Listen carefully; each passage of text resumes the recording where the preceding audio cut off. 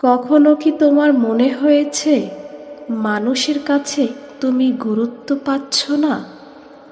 তোমার দোয়া কবুল হচ্ছে না? জীবনে শুধু কষ্ট আর পরীক্ষায় দিয়ে ভরে যাচ্ছে। হয়তো তুমি ভাবছ আল্লাহ তোমাকে ভুলে গেছেন। আজ আমি তোমাকে একটা সত্যি কথা বলবো, যেটা জানলে তোমার ভেতরটা বদলে যাবে। আল্লাহ কখনো কাউকে ভুলে যান না, আমরাই ভুলে যাই। আল্লাহর পরিকল্পনা কতটা নিখুঁত। আল্লাহর 10টি শিক্ষা, যা মানুষ জানে না, বুঝেও মানে না। নাম্বার 1, যা তুমি হারাও আল্লাহ সেটাই বদলে ভালো কিছু দেন। মানুষ ভাবে একটা দরজা বন্ধ মানে জীবন শেষ, কিন্তু আল্লাহর পরিকল্পনায় প্রতিটি হারানো জিনিস আসলে তোমার জন্য নতুন রাস্তা প্রস্তুত করা।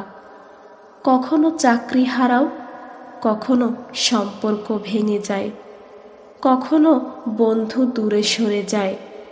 সবাই ভাবে একটাই, সব শেষ।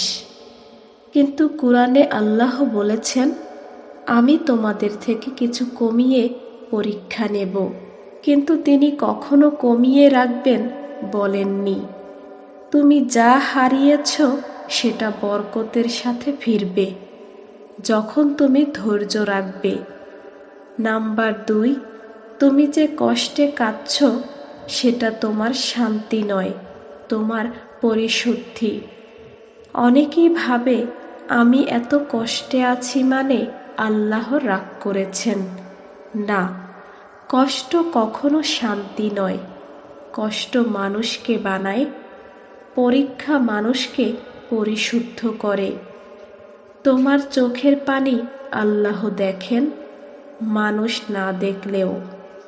আল্লাহর কাছে প্রতিটা অশ্রু পুরস্কার হয়ে জমা থাকে। নাম্বার 3, তুমি দোয়া করো, আল্লাহ সব ঠিক করেন। অনেকেই বলে আমি দোয়া করি কিন্তু কবুল হয় না। কিন্তু সত্য হলো, দোয়া কখনো বাতিল হয় না। 3 ভাবে হয়। নাম্বার 1, সাথে সাথে কবুল। নাম্বার 2, দেরিতে কবুল। নাম্বার 3, বিপদ থেকে বাঁচিয়ে দেয়। তাই দেরি মানে অস্বীকার নয়। যে দেরি করছে সেই আল্লাহই তোমার জন্য সেরা সময় ঠিক করছেন। নাম্বার 4, যে মানুষ চলে যায় সে আল্লাহর পরিকল্পনা অনুযায়ী যায়। যে মানুষ তোমাকে ছেড়ে চলে গেছে তাকে নিয়ে আফসোস করো না। যে সম্পর্ক ভেঙেছে সেটাই আল্লাহই ভেঙেছেন, কারণ আল্লাহ জানতেন ওই মানুষ তোমাকে কষ্ট দেবে, ঠেকাবে, ভেঙে দেবে। আল্লাহ তোমাকে রক্ষা করতে তাকে দূরে করেছেন। তাই চলে যাওয়াই কখনো কখনো রহমত। নাম্বার 5, যে নীরবতা তুমি সহ্য করো তার হিসাব আল্লাহ রাখেন। মানুষের কাছে ব্যথা বোঝাতে হয়, আল্লাহর কাছে কিছুই বোঝাতে হয় না। তোমার নীরবতা, তোমার ধৈর্য, সব কিছু লেখা হচ্ছে। যেদিন আল্লাহ পুরস্কার দেবেন তোমার চোখে পানি চলে আসবে, কারণ বুঝবে তুমি নীরব ছিলে, আল্লাহ সব দেখছিলেন। নাম্বার 6, ভালোর দিকে 1 কদম দিলে আল্লাহ 10 কদম এগিয়ে আসেন। তুমি শুধু ইচ্ছা করো, নামাজ ঠিক করব, পাপ ছাড়ব, নিজেকে বদলাবো। আল্লাহ তোমার মনের শক্তি দিয়ে দেন, কারণ ইচ্ছাটাই আল্লাহর ডাক। নাম্বার 7, যে দোয়া তুমি অন্যর জন্য করো সেটা আগে তোমার জন্য কবুল হয়। মানুষের জন্য ভালো চাও, দেখবে তোমার জন্য ভালো আসবে।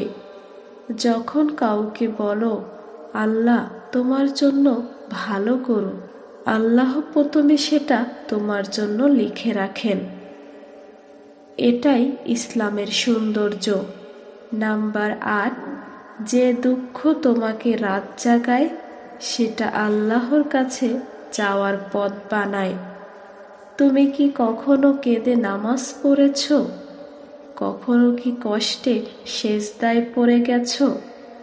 যদি পড়ে থাকো, তোমার নাম আল্লাহর কাছে বিশেষভাবে লেখা আছে। রাতের কান্না কখনো বৃথা যায় না। নাম্বার ৯, মানুষ তোমাকে যেভাবে দেখে আল্লাহ তোমাকে সেভাবে দেখেন না।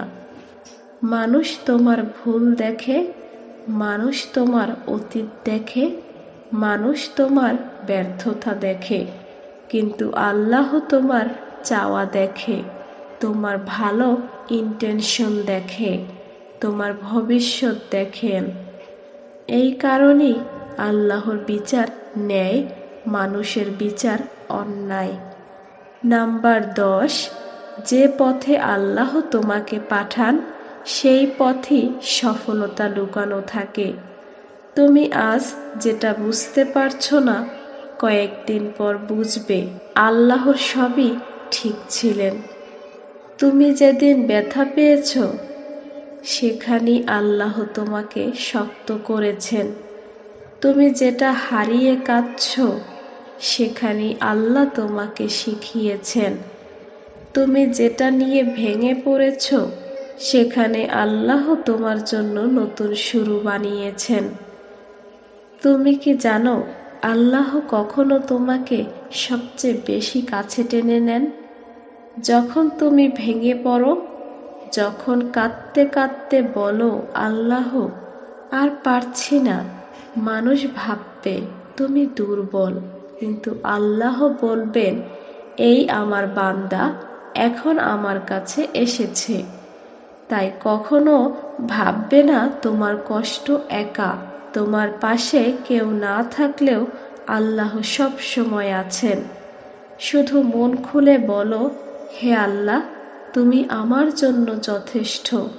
এটাই জীবনকে বদলে দেয়।